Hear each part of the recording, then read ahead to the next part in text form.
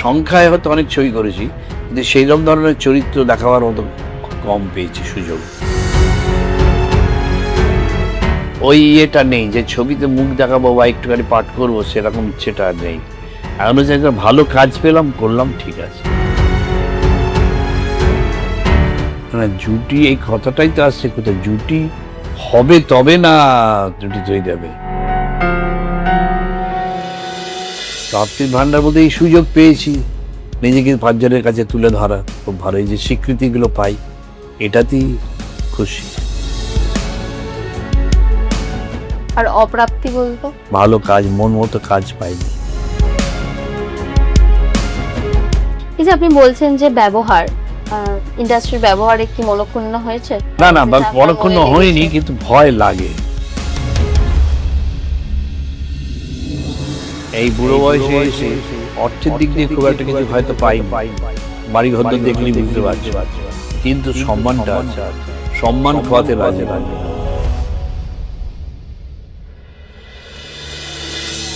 আমি বড় ভালোবাসি তোমারে, আমি বড় ভালোবাসি তোমারে, বাসি কি না বাসি ভালো মুখেতে জানাবো কি, তোমার মুখের ছবি তুলে হৃদয় মাঝে রেখেছি, আমি বড় ভালোবাসি তোমারে। আজ ফিরবো বাংলা সিনেমার স্বর্ণ যুগে। সময়টা তখন 60-এর দশক।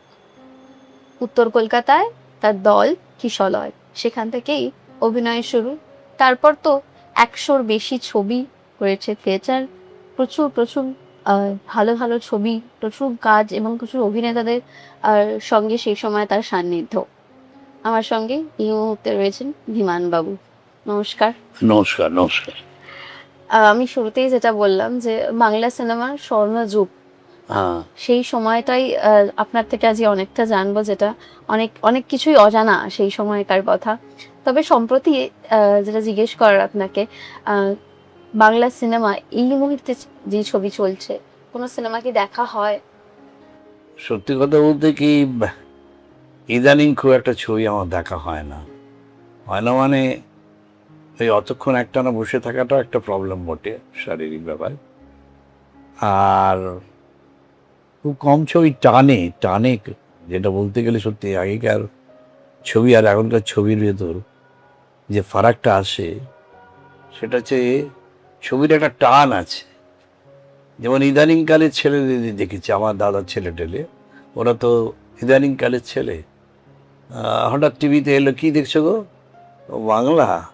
হ্যাঁ, তো দেখলাম কি একটা যেন একটা নেগলেক্টিং ভাব, কিন্তু ছবিটা 2-4টে শট দেখার পর তারপর দেখি আস্তে আস্তে চেয়ারটা নিয়ে বসে পড়লো, তারপর দেখি পুরো ছবিটাই দেখলো। এই যে ছবির একটা টান বলে না, সেই টানটা ছিল, একটা গল্প কাহিনী এবং অভিনয়ের মানও বটে। আমি এই কথা বলছি না যে এখনকার দিনের অভিনয় খারাপ, তবে এটা একটা যৌথ শিল্প, তো সব দিক মিলিয়ে মিশিয়ে তবেই তার কোয়ালিটি তৈরি হয়। যেমন শিল্পী দরকার, পরিচালক দরকার, ক্যামেরা দরকার, সব কিছুর মিলেমিশে একটা উৎকৃষ্ট জিনিস তৈরি হয়। তো যেটা বুঝিল আর কি, টানে সেই ছবি, সেই টানটা যেন একটু একটু কম লাগে, এই আর কি। এই যে ছবির টান কমে যাওয়া, আপনাদের সময়, যে সময় আপনি চুটিয়ে ছবি করছেন, আর আমি যেটা শুরুতেই বললাম যে 100-র বেশি ছবি রয়েছে, সেই ছবি তৈরি, ছবির ধরন, সেই সময়টা একটু বলুন। অ্যাকচুয়ালি 100-র বেশি ছবি হয়েছে ঠিকই, কিন্তু কথা হচ্ছে সময়টা দেখো অনেকটা সময় ধরে, যার জন্য হয় কি ছবির যে খুব খুব মানে কাজ করার যে খুব একটা গতিতে করে গেছি তা নয়, গ্যাপে গ্যাপে করেছি। তবে হ্যাঁ, এটা বলতে পারি যে অভিনেতা থেকে আরম্ভ করে, পরিচালক থেকে আরম্ভ করে, প্রত্যেকেরই একটা নিজের আলাদা আলাদা স্টাইল আছে। হ্যাঁ, এতে তখনকার দিনে অনেক ছবি সুপারহিট হয়েছে, তাদের নাম হয়তো আমরা এখন অতটা করি না, কিন্তু তারা অনেক সুপারহিট ছবি দিয়ে গেছেন। আর যেমন এক একজন এক একভাবে করান, যেমন তনুদার কাছে, তরুণ মজুমদার, উনি যে ছবি করান, অনেক তনুদার হাত থেকে কিন্তু অনেক হিরো হিরোইন এসছে, এবং কেন এসছে, এবং এসছে উনি দেখে প্রথম চেহারা দেখে চরিত্রের সঙ্গে মিলিয়ে নেন, নিয়ে তারপর কিন্তু তাকে যথেষ্ট রিহার্সাল করান, করিয়ে করিয়ে তৈরি করে তারপরে শট দেন। এবং শুধু তাই না, কাজ করতে গিয়ে দেখেছি অনেকগুলো শট, যেমন ও শক্তি দেওয়ার সঙ্গে বেশি কাজ করেছে আজ ক্যামেরাম্যান, কিন্তু অনেক সময় রেডি ফেডি করে তারপর বললে, শক্তি আমি নিয়ে নিচ্ছি, হ্যাঁ শক্তি বলতে, হ্যাঁ নিয়ে নিন দাদা নিয়ে নিন, মানে ভাইটাল শট হলেও নিজেই নিয়ে নিয়েছেন যদি পছন্দ হতো সেরকম। এইটা দেখেছি।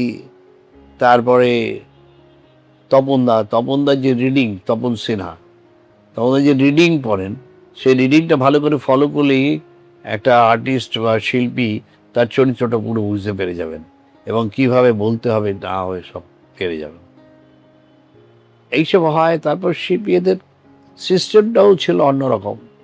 তরুণদের বললাম না, একটা খুব ইম্পর্টেন্ট দিক ক্লোজ আছে কারু, সেই জন্য দেখেছি স্ক্রিপ্টে ওই পৃষ্ঠাটায় খালি ওইটুকুই লেখা আছে, আর অনেকখানি হয়তো 4 লাইন গেছে, পুরো পৃষ্ঠাটা ফাঁকা, ওখানে আর কিছু লেখেননি, পরে নিয়েতে চলে গেছে। তারপরে তনুদার তো তনুদা এদের কি ছিল, তনুদা যেমন ক্যামেরা জানতেন, গান জানতেন, এই জন্য সঙ্গীতের সঙ্গে মানে পরিচালকের সঙ্গে বসে গান ঠিক করতেন, দরকার হলে একটু এদিক ওদিক চেঞ্জ করতেন,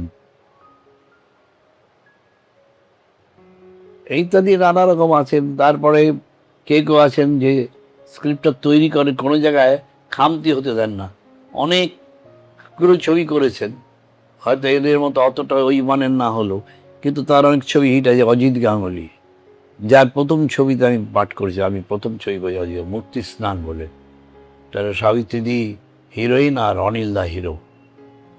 যাই হোক, এই সব নানা রকম ব্যাপার আছে। তারপর শিল্পীদের একটা ইয়েও দেখেছি, যেমন যদি বলি উত্তম কুমারের কথা যদি বলি, একটা ছবি হচ্ছে, ছবি আমি আছি, তো শট হচ্ছে অন্য লোকের, দেখলাম ফ্লোরে উত্তমদা বসে আছেন, পরের শটই নেমে দিয়ে দেখি তার পাশেও কয়েকজন বসে আছেন, কী সব কথা বলছেন। তারপর আমি খালি চাইছি, তখন নতুন তো ভাইছি, ওনার পাশে গিয়ে একটু বসি, তারপর একজন উঠে গেল বলে আমি পাশে গিয়ে বসলাম, দেখলাম ওমা কথা বলছিলেন না, ও নিজের ডায়লগটাই নিজের মনে মনে আওড়াচ্ছিলেন। হ্যাঁ, এই যে তারপরে উত্তমদা দেখেছি কি হতো, যে একটা সিরিয়াস সিন চলছে, তা সিনটা চলতে চলতে হয়তো ব্রেক টাইম হয়ে গেল, তখন ডিরেক্টরকে বললো, এই আজ ব্রেকটা দিস না, অসুবিধা হবে।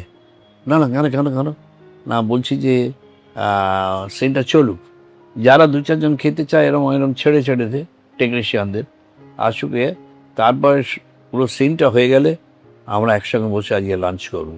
হ্যাঁ, এবং সত্যি সত্যি বাড়ি থেকে না হেভি লাঞ্চ আসতো, সুপ্রিয়া দেবী পাঠিয়ে দিতেন দারুণ দারুণ লাঞ্চ। সেইখানে কেন না, এই যে আফটার অল মুড, একটা সিরিয়াস সিন করতে গেলে ভেতরে ভেতরে একটা মুড তো হোল্ড করতে হয় না, সেই হোল্ড করতে গেলে তখন ওই যে ব্রেক হয়ে যাবে, সেই ব্রেকটা দিতে চাননি। এবং সত্যি সত্যি যার জন্য তা এই যে তাদের কাজের প্রতি একটা নিষ্ঠা অসাধারণ। আমি নাম বলবো না বা সে নেইও, ইদানিংকালে দেখেছি হয়তো ডিরেক্টর বলল যে কালকে আপনার এই সিনটা আছে, আপনি যান, এটা নিয়ে যান, এটা পড়ে আসবেন। বললাম কোনো ভয় নেই, আমি ঠিক মুখস্থ বলে দেবো। মুখস্থ হয়ে যায়, ঘাবড়াচ্ছেন কেন? সেইটা বুঝলো না, মুখস্থটা বড় কথা না, বড় কথা হচ্ছে যে সিনটা ঠিক মতো করতে হবে, তার এক্সপ্রেশন চাই, তার ডেলিভারি, মোড অফ ডেলিভারি চাই। এইসব জিনিসগুলো আগেকার দিনে আমি আমাদের সময় দেখেছি, আমি বলছি না এখন সব খারাপ, তা বলছি না, কিন্তু কিন্তু এইগুলো দেখেছি ভীষণ। এবং চরিত্রটাকে নিয়ে ভাবা, আগে গ্যাপে এসে আলোচনা করা, ইভেন গানের কথা, তোমরা যদি গানের কথাও বলি, দিলীপ রায়ের দেবদাস, ওতে উনি চিনিলাল করেছে, আমি একটা ছোট্ট পাঠ করেছিলাম তাতে, তাতে একটা কেলোয়াতি গান ছিল, গজল। একদিন দেখি 3টে নাগাদ এসে বললো দিলীপ রায়কে সবাই রাঙা বলে ডাকতাম না, রাঙা গানটা শোনা যাবে? বলে হ্যাঁ হ্যাঁ, আর তোমরা বলেছি গান শোনা যাবে, নিশ্চয়ই শোনাতেই হবে। তারপরে বললো যে না না, ওই ইয়েতে নয়, স্পুলে শুনবে, মানে যেটা দিয়ে অরিজিনালি ইয়ে করা হবে, কারণ তাতে টাইমিংসের ভ্যারি করে। সেইটা যাতে না হয়, ঠিক মতো লিপটা যদি আসে, এবং সেইটা ওই গজল, এবং তার শর্ট মানে কি ট্রলি, রাউন্ড ট্রলি হয়েছিল, এবং প্রত্যেকটি লিপ মনে হয় সুন্দর, এমনিও দেখলে মনে হবে যেন ও নিজেই গিয়েছে, তাই না? এই সবগুলো। উত্তম কুমার সেই সময় মধ্য গগনে একদম, হ্যাঁ, সে তো বটে। কখনো মানে বুঝতে পারেননি যে মহানায়ক, সেই যে একটা মানে ব্যক্তিত্ব, সেই না না, ব্যক্তিত্ব কিন্তু একটা ছিল, ব্যক্তি, হ্যাঁ। গ্ল্যামার একটা ছিল, ব্যক্তিত্বও ছিল। আমরা চট করে গিয়ে বলেই গেলে না, খালি ভাবতাম যে একবার দেখিয়ে বললো, কি দেওয়ান, কেমন আছো, ভালো আছো তো, এইটুকু বললেই যেন আমার ভালো লাগবে, এইরকম আর কি। এবং ইয়েও ছিল, বিচার ছিল, বুঝতে পারতেন। এবং অনেক সময় হয়তো দেখা গেছে ফ্লোরের বাইরে দাঁড়িয়ে আছেন, ফ্লোরের ভেতরে শুটিং হচ্ছে, তার সিন আছে, হঠাৎ দিকে এরকম তাকিয়ে আছে, আমি আশপাশ দিয়ে ঘুরোঘুরি করছি, দেখি কিছু বলছে না, তো কি হলো, তো অনেকক্ষণ পর, রেওয়ান, ভালো খবর? হ্যাঁ, যাক, তাকিয়ে বলেছে কথা, তখন আমি তো স্যাটিসফাইড হয়। আসলে তা না, আমি মনে করছিলাম অনেকক্ষণ থেকে সে আমার দিকে দেখছে, তা নয়, ওই সিনের ভেতর ডুবে আছে, ওইটা নিয়েই চর্চা করছে। যে কোনো জিনিসই, সিনেমা বলে না, যে কোনো জিনিসেরই একটা নিষ্ঠা, একটা আত্ম না থাকলে সুপার জিনিস হয় না। সুপ্রিয়া দেবীর হাতে রান্না খেয়েছেন? না, সে সৌভাগ্য আমার হয়নি। সেই সময় উত্তম বাবু যখন মানে এই যে ফ্লোরটা যে আপনি এক্ষুনি বলছিলেন যে সুপ্রিয়া দেবী রান্না করে পাঠাতেন, হ্যাঁ, একসাথে খাওয়া দাওয়া, এগুলো দেখেছি, আমরা তো ওই ক্যাটাগরি ছিলাম না, আমাদের সঙ্গে তো আড্ডাগুলো বেশিরভাগই হতো ওই ডিরেক্টর বা সহশিল্পী যারা, তাদের বয়সী এরকম। আচ্ছা, এই যে আপনি ছবি করেছেন, প্রচুর ছবি, আমি এখানে আমাদের কিছু ছবি আছে, আমি দর্শকদের দেখাবো এক একটা নানান মুহূর্তের ছবি, সেগুলো নিয়ে তো কথা বলবোই। তো একটু বলুন যে এই যে জনপ্রিয় হয়ে ওঠা বা নামে চেনা, এই পরিচিতির সময় কি সেই সময় একটু আফসোস হতো যে প্রচুর ছবি করা সত্ত্বেও হ্যাঁ, সে অর্থে যে একটা প্রচার পাওয়া, প্রচারের আলোয় আসা? হ্যাঁ ভাই, ওই যে লাস্ট কথাটা বললে না, ওইটা একটা প্রচারের আলোয় আসে।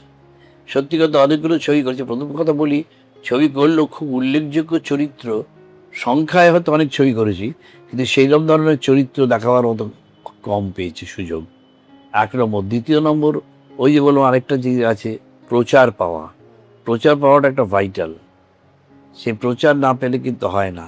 আর আমি নিজের সম্বন্ধে, অন্য লোকেও বলে, আমি নিজেও বলি, আমি আবার আত্মপ্রচারের বিমুখ, খুব একটা সেইভাবে করতাম না কোনোদিনই।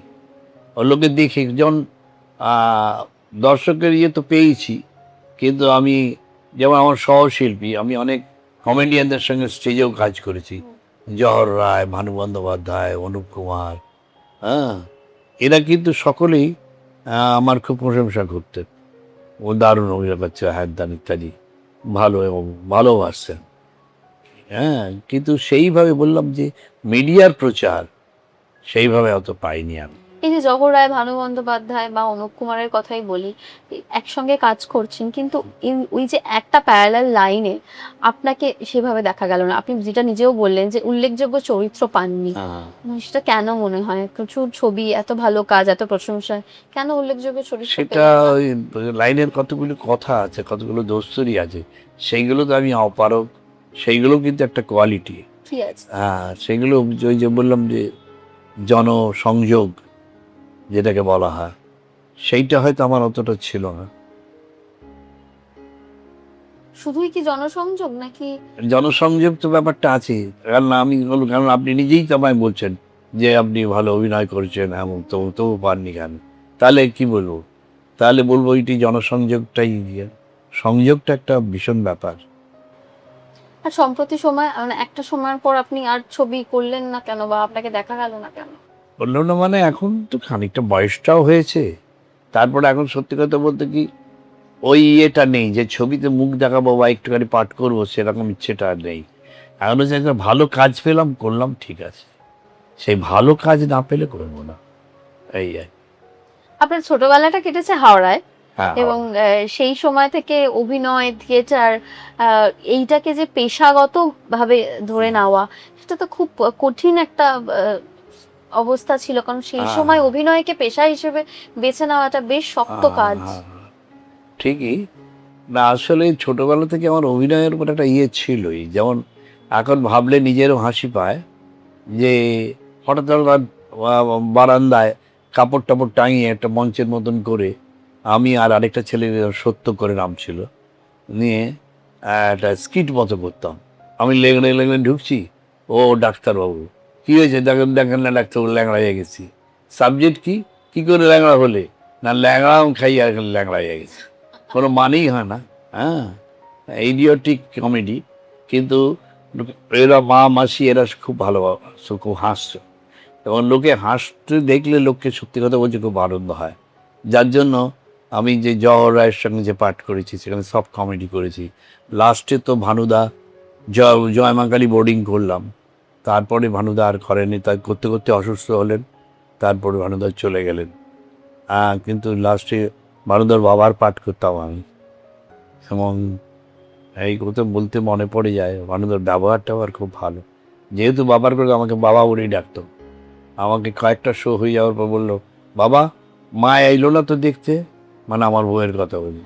আমি বললাম হ্যাঁ আইবে আইবে, আসে যেন দেখে যা। আবার সত্যি সত্যি সে একদিন গেল, দেখলো। আবার সেদিনকে ন্যাচারালি ওরা আমাদের গাড়ি করে পৌঁছে দিয়েছে। সেদিনকে ভানুদা ওই একই রুটে যাবো শিয়ালদা পর্যন্ত। ভানুদা বললেন যে বাবা মাই কিন্তু আমার গাড়িতে যাইব, আমি নামাই দেবো, সেদিনে তোমরা আমার গাড়িতেই যাইবা। ভানুদা নিজে গাড়ি করে নামিয়ে দিলেন। হ্যাঁ, এবং ঠিক তার দুদিন পরেই যে শনিবার দিন শো করতে গেছি, বললো দিওয়ান ইউ আর লাকি। আমি কেন, না তোমার বউ খুব মাদারলি। ওইটুকু সময় আমি পিছনের সিটে বসছিলাম, ওরা সামনের সিটে বসেছিল, না আমি সামনের সিটে বসছিলাম ড্রাইভারের পাশে, আর ওরা দুজনে পেছনে বসছিল। কি যে ওর মধ্যে কথা হলো দুজনের মধ্যে, বুঝলাম যে ঠিক ঠিকের সঙ্গে ঠিক মিলেছে। এই ছেলেবেলাটা কেমন কেটেছে? ছেলেবেলাটা স্ট্রাগল যা হয় করতে করতে, তারপর ওখান থেকে করলাম এই স্কুলেও নাটক করেছি। তারপরে এতে এসে তারপরে তো এই 60-এর দশকের গ্রুপ থিয়েটার করলাম, এবং গুড লাক ওখানে আমরা একটা বই করেছিলাম মঞ্জরি অপেরা। মঞ্জরি, তার যেটা ছবি হয়েছিল পরবর্তীকালে, কিন্তু আমরা যখন করি তখন হয়নি।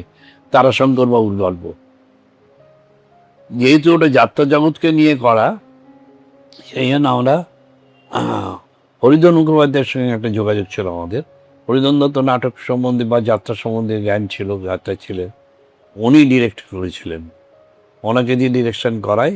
এবং আমি যে চরিত্রটা করেছিলাম সেটা ছিল যোগা মাস্টার বলে একটা, যে হচ্ছে যাত্রা দলে বিবেকের পাঠ করে, হিরো হিরোইন সিন করে চলে গেল, তারপর গাইতে গাইতে ঢোকে, আমি সেরকম একটা পাঠ করেছিলাম।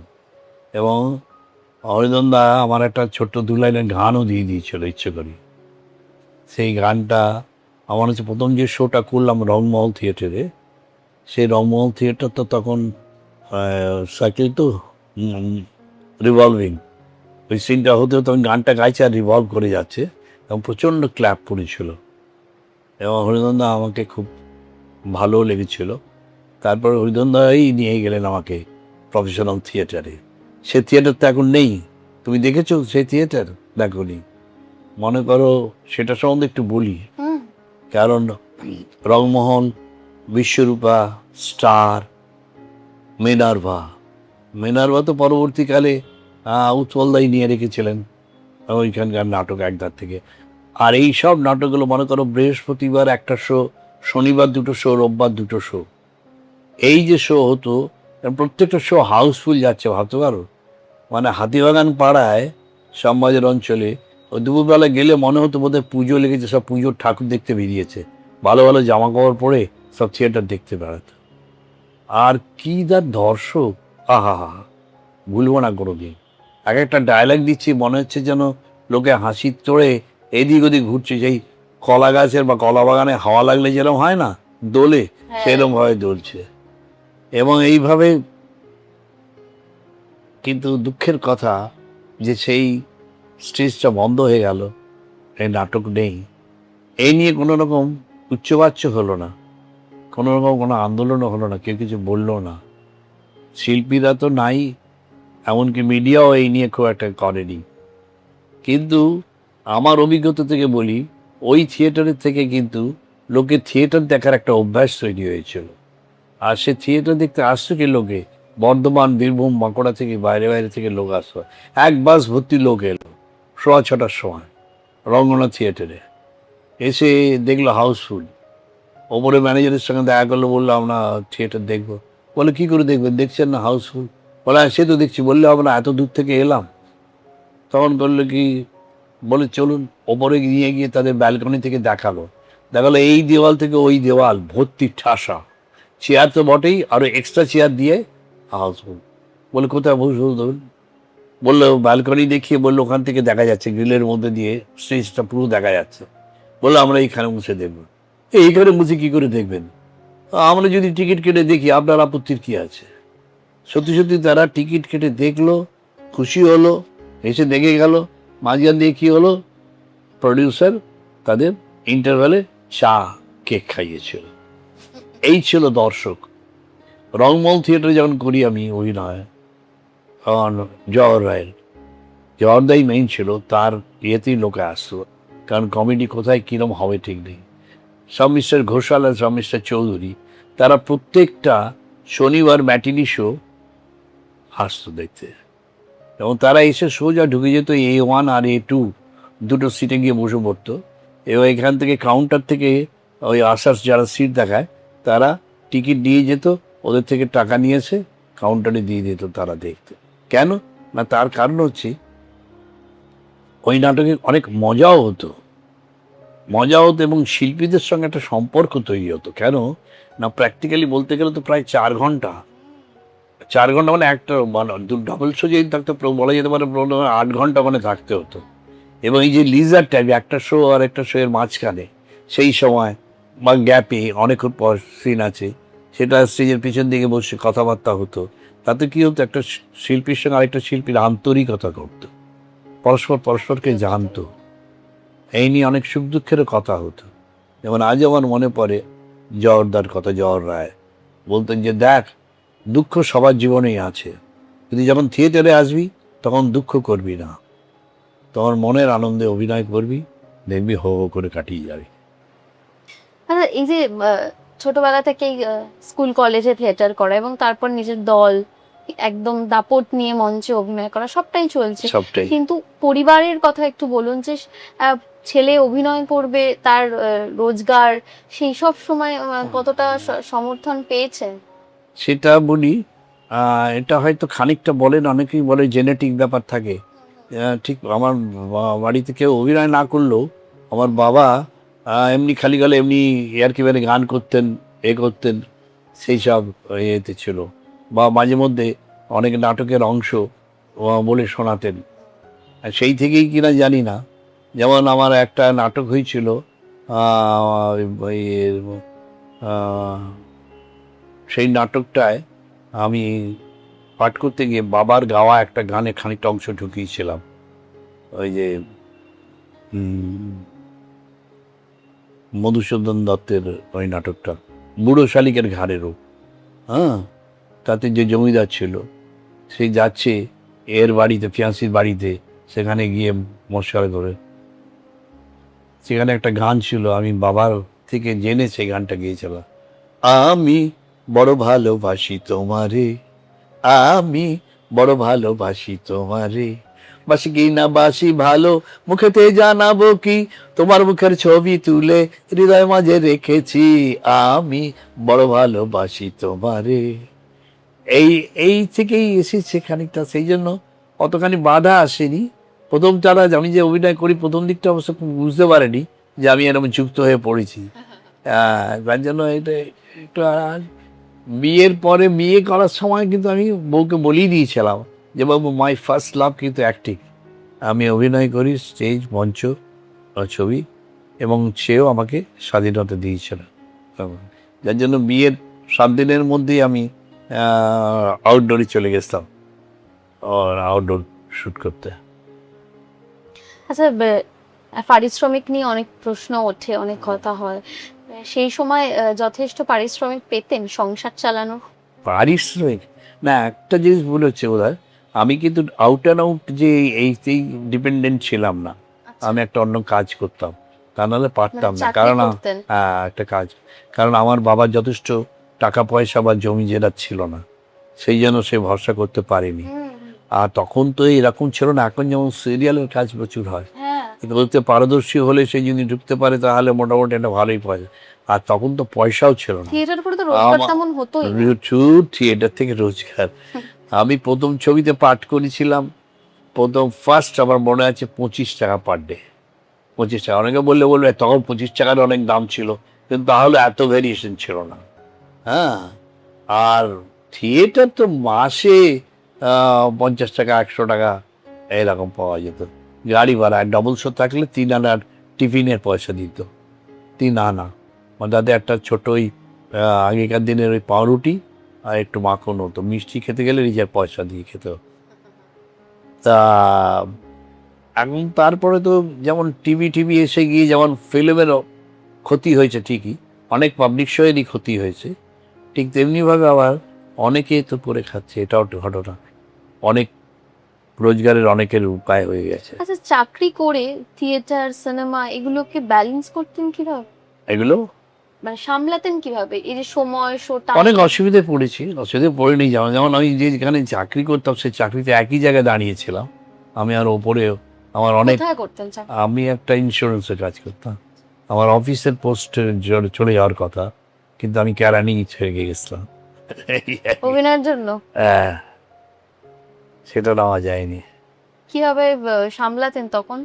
অফিসের একটা তো ডিউটি টাইম আছে, তারপর হ্যাঁ, সেখান ওইটা যেমন কাজটাকে আমি ম্যানেজ করতাম, তা বলে আমার অফিসে কোনো বদনাম ছিল না। কারণ আমি যেমন অফিস হয়তো 5টায় ছুটি হতো, তখন আমি এক একদিন 7টার পর্যন্ত বসে কাজ করতাম, ওই দিকে ম্যানেজ করে নিতাম আর কি। এবং তারা জানতো বলে আবার মিথ্যে বলবো না, অনেকে ফেভারও করতো, হয়তো আমার কাজ কিছু করে টরে দিল, বা আমার অসুবিধা হবে সেরকম কোনো দায়িত্ব দিল না, এগুলোও ছিল। দীর্ঘদিনের অভিনয় জীবন, আফসোস, খামতি এগুলো? আফসোস হইতে বললাম যে আমি অনেক রকম রোল পেয়েছি, মানে এই চেহারা তো হিরো পেয়েছি, সেটা হচ্ছে রেডিওতে। রেডিওতে, এবং সেই রেডিওতে যাওয়াও কিন্তু মঞ্চ থেকে। বীরেন্দ্রকৃষ্ণ ভদ্র একদিন নাটক দেখতে এলেন, আমার অভিনয় দেখে উনি মুগ্ধ হয়ে গেছেন। সত্য বন্দ্যোপাধ্যায়কে বললেন, "এই ছেলেটি কে?" বললো, "হ্যাঁ, ডাকো তো ওকে।" আমি গেলাম, তখন বীরেন্দ্রের সঙ্গে আলাপ হলো।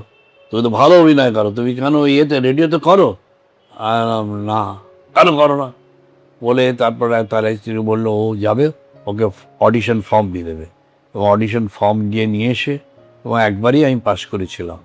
এখানে বলতে পারি অনেক ওমরা চমড়ারাও কিন্তু রেডিওতে পাশ করতে পারতো না, বলে শক্ত ছিল। যাই হোক, আমি সেই পড়ছিলাম এখান থেকে ওই রেডিও মারফতে ওইখানে, এবং ওই স্টেজ মারফতেই অজিত গাঙ্গুলি ওই নাটক দেখেই আমাকে পছন্দ করেছিল এরকম পাঠ করতে।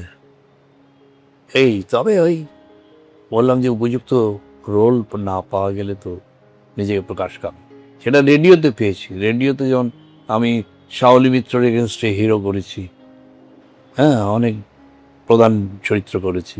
একটা সময় পর কি নিজেই ছবি করা বন্ধ করে দিলেন, নাকি ইন্ডাস্ট্রি ডাকলো না?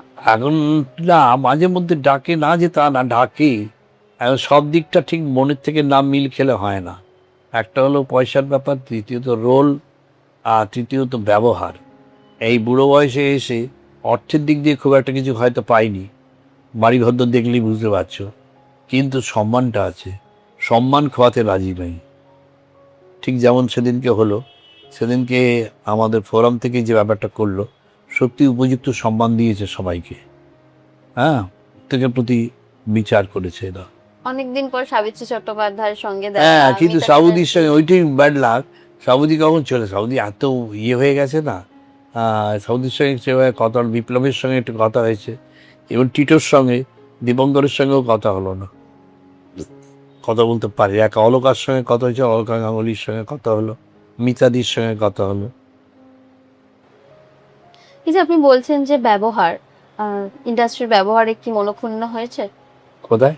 ইন্ডাস্ট্রির ব্যবহার না না যেটা আপনার অনেকক্ষণ মনে হয়নি, লেগেছে। কিন্তু ভয় লাগে, ভয় লাগে। আমি সেই সুযোগটা আমি কাউকে দিইনি। আর পেমেন্টের ব্যাপারে তো গোলমাল আছে, ও তো ছিল আগে, আছেও, তাই বলে। আচ্ছা, এখানে বেশ কিছু ছবি আছে যে ছবিগুলো আমরা আগেই নিয়ে বসেছিলাম, তো একটু এই ছবিগুলোর গল্প টা শুনি। আচ্ছা, এই যে আপনার ছবিটা, আহ, এই ছবিটা কোন সময়ের ছবি, এই এই কি গল্প, এই ছবিটার গল্পটা একটু বলুন। ও, এটা, হ্যাঁ, এটা তো স্বীকারোক্তি। স্বীকারোক্তি রংমহলে হয়েছিল, সুভাষ বসুর নাটক ছিল, আর চিরঞ্জিত হিরো ছিল। তাতে আমি একটা মোটর মেকানিক্সের কাজ করতাম। আমরা তো এক জায়গায় থাকতাম, এবং এটাতে আমার একটা সিরিয় কমিক রোল ছিল, এবং খুব চরিত্রটা ওইটা করে খুব, বললাম না, মঞ্চেও পেয়েছি, রেডিওতে পেয়েছি। তো এবং ওটাতে আমি অনেক জায়গা থেকে পুরস্কারও পেয়েছি, বঙ্গ সংস্কৃতি হ্যান ইত্যাদি অনেক জায়গা থেকে পুরস্কৃত হয়েছে।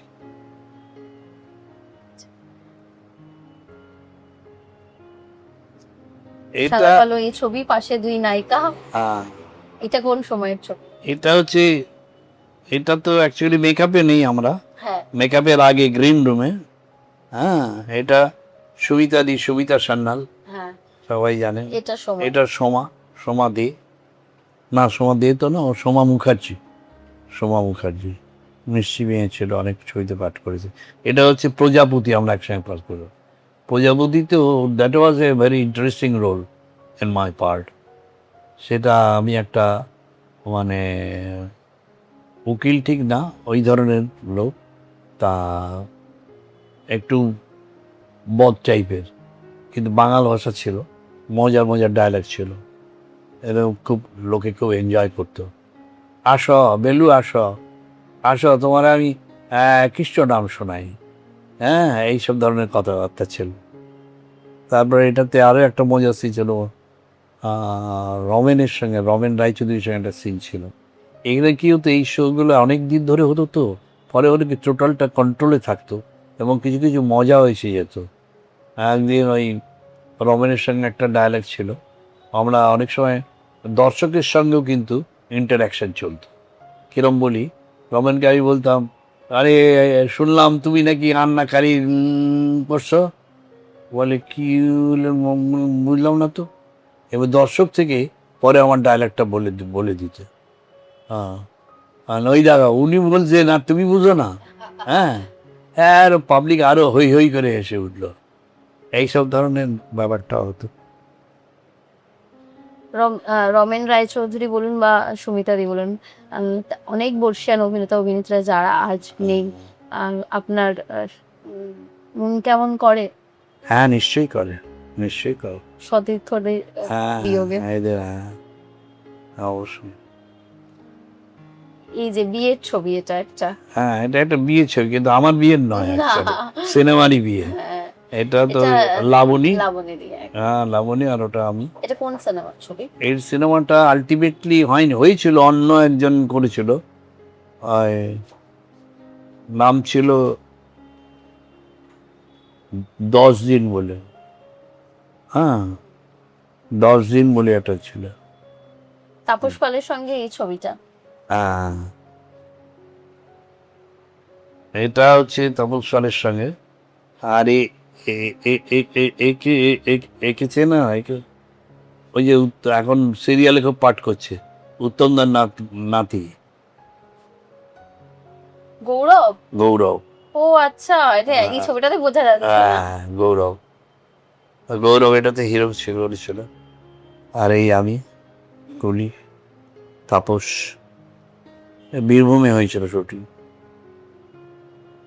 আচ্ছা, একটু শুটিং এ তাপস পাল আজ আমাদের মধ্যে নেই, একটু বলুন না সেই সময় নায়কদের কিরকম ভাবে দেখেছেন? নায়কদের একজন মহানায়কের কথা তো বলেইছি এর হ্যাঁ, আগে, হ্যাঁ। আর তার এরাও কাজ পরবর্তী করতো। তবে প্রজন্ম। আমি ওর সঙ্গে যা কাজ করেছি, এমনি তো ছটফটে ঠিকই ছিল। আর কিন্তু ওই তরুমন্দার ঘরে গেলে কিন্তু, তখন কিন্তু সেই ওকে আর চুপ করেই থাকতে হতো, কারণ ওনার হাতেই তো প্র্যাকটিক্যালি জন্ম। হ্যাঁ, সেই জন্য ওখানে বেশি ইয়ে করতেন না। আর তাছাড়া এরোদের যেগুলো আছে, আমাদের সঙ্গে তো সেরকমভাবে কিছু যে একটা দাপট দেখানো বা এসে সব ছিল না। আমার বেশি দিয়েই কথা বলতে হচ্ছে, ভালোই ছিল। আচ্ছা, সেই সময়কার নায়িকারা, আমি নায়ক নায়িকা নিয়ে জিজ্ঞেস করছিলাম আপনি, এই যে নায়ক নায়িকা বা জুটির যে বদলগুলো এখন সম্প্রতি সময়, সেই যে জুটি নিয়ে উন্মাদনাটা সেটা অনেকটা কমে এসছে, দু একটা ব্যতিক্রম ছাড়া। আপনাদের সময় বা স্বর্ণযুগে জুটি নিয়ে উত্তম সুচিত্রা জুটি যদি বলা হয়, সেই সময় জুটির খুব চাহিদা ছিল, একটা উন্মাদনা ছিল। এই যে বদলটা বাংলা সিনেমার গোটা ইন্ডাস্ট্রির, কিভাবে লক্ষ্য করছেন আপনি? না, জুটি এই কথাটাই তো আসছে কোথায়, জুটি হবে তবে না জুটি তৈরি যাবে, সে জুটিই তো হচ্ছে না। একটা হিরো একটা হিরোইন বা সেরকম একটা ছবি হচ্ছে, যেমন তোদের সঙ্গে সুচিত্রা সেন, এটা একটা ভীষণ ভাবের ব্যাপার ছিল, ঠিক আছে, কিন্তু তা বলে শুধু তাই না, আরও ছিল। হ্যাঁ, আরও যে সাউদির সঙ্গে করেছেন, হ্যাঁ, সুপ্রিয়া চৌধুরীর সঙ্গে করেছেন, এদের সঙ্গে মাধবীদির সঙ্গে করেছেন। সেই জুটির একটা, আর জুটিটা তো তৈরি করে দর্শক, এইটা বেশি মনে লেগে গেলে বললো হ্যাঁ এই জুটি গেল এই। এই যে মনোজ মিত্রের সঙ্গে এই যে ছবিটা আপনি রয়েছেন এখানে, তপন সিনহা রয়েছেন, হ্যাঁ এইটার গল্পটা একটু বলুন, এটা কোন হ্যাঁ, বলি। সময়কার ছবি? এটা বলতে গেলে একটু পেছন থেকে বলতে হবে। হ্যাঁ। এটা হচ্ছে আমি রাজার একটা ইয়ে করেছিলাম, সিরিয়াল করেছিলাম, আরোগ্য নিকেতন। হুম। আরোগ্য নিকেতনে আর শশী কম্পাউন্ডার একটা ইম্পর্টেন্ট ক্যারেক্টার, শশী গঙ্গোপাধ্যায়, হ্যাঁ। যেটা ছবিতে ইয়ে করেছিলেন কালিদা, কালী ব্যানার্জি। হুম।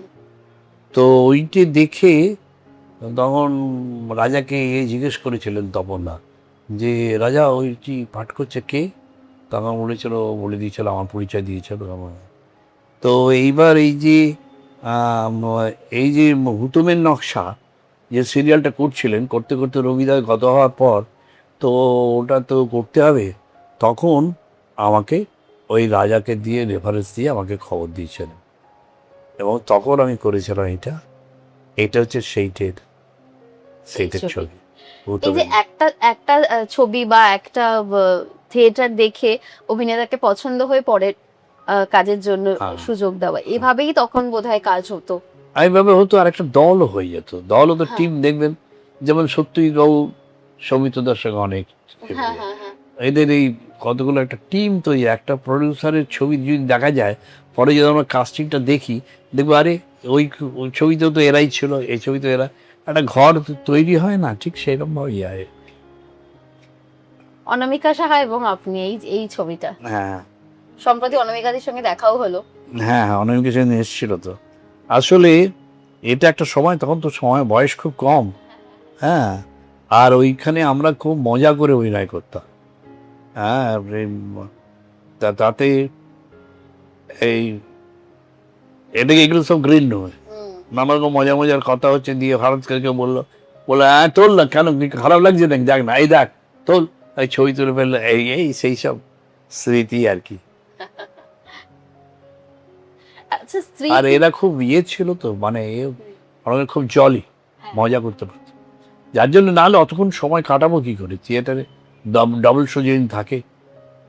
এই যে ডবল শুটিং করছেন থিয়েটারে অনেকটা সময়, সিনেমায় অনেকটা সময়, আর সংসারে পুরোটাই কি স্ত্রী সংসারে সত্যি সামলাতে? কথা একদম দারুণ প্রশ্ন। সত্যি কথা বলতে কি, সংসারে পুরো ফাঁকি মেরেছি আমি সংসারে। ইয়েতে এই বলতে গেলে আবার একটা মনে পড়ে, 1 বছর, বিয়ের 1 বছর পূর্ণ হলো, তখন আমরা এতে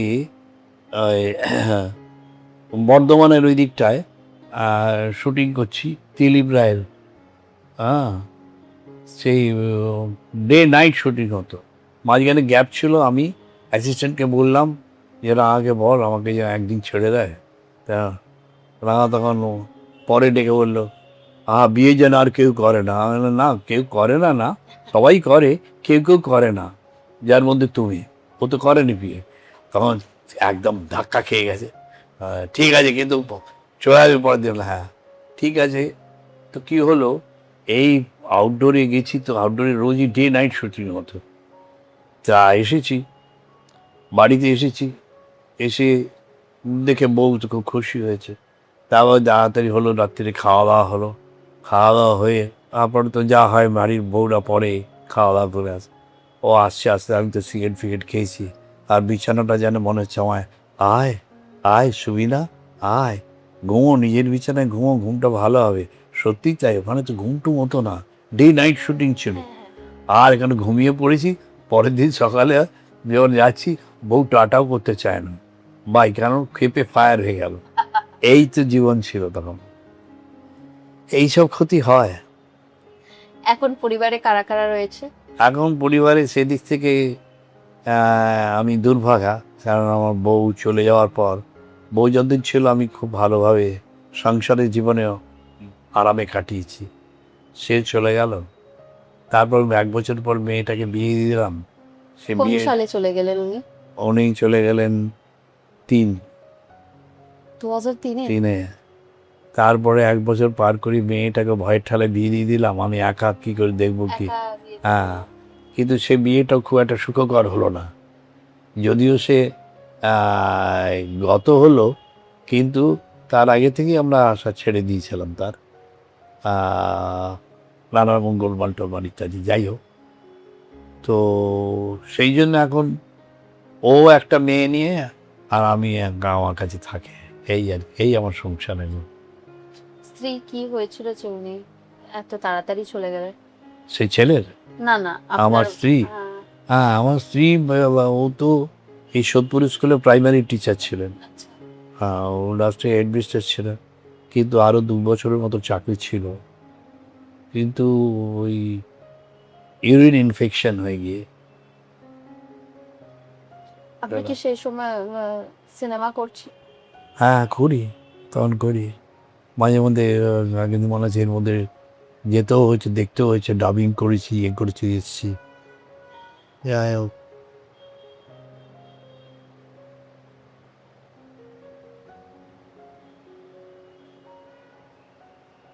আহ, একটু বলুন যে কোন সময়টা থেকে মনে হলো যে আর আর অভিনয় করবেন না, বা একটু অভিনয় একটু- করবো না কিন্তু কখনোই মনে হয় না, এখনো মনে হয় অভিনয় করে। আমি এখনো তো এখানকার একটা পঞ্চম বলে একটা গ্রুপ আছে, মলয় মিত্র, সেইখানে তাদের সঙ্গে চাক ভাঙা মধু, মনোজ মিত্রের চাক ভাঙা মধু, বেশ কয়েকটা শো করলাম। আর একটা নতুন নাটক সেখানেও করলাম, কিন্তু মানে খালি ভয় করে যে মন বলে চল দৌড়োই, শরীর বলে দাঁড়া আস্তে আস্তে, এই একটা হয়। তা নাহলে অভিনয় করবো না এই কথাটা কখনোই ভাবতে পারি না। অভিনয় না করলে করবোটা কি? যার জন্য আকাশবাণী ডাকলে তো যাই, অসুবিধা নেই, গাড়ি করে গেলাম, স্টুডিওর ভেতর বসে বসে পড়ে হয়ে গেলাম। এতেও করছি। লাস্ট একটা অনিন্দ বলে যে অনিন্দ, তার একটা ওই টেলিতে কী সব করে না, ফিল্ম টিল্ম, সেটাও করে এলাম। ওই কাপের ছবি রয়েছে আমার, ওই কাপটা, ওটা শর্টের, ওটা আমাকে দিয়ে দিন, ওটা নিয়ে চলে এলো।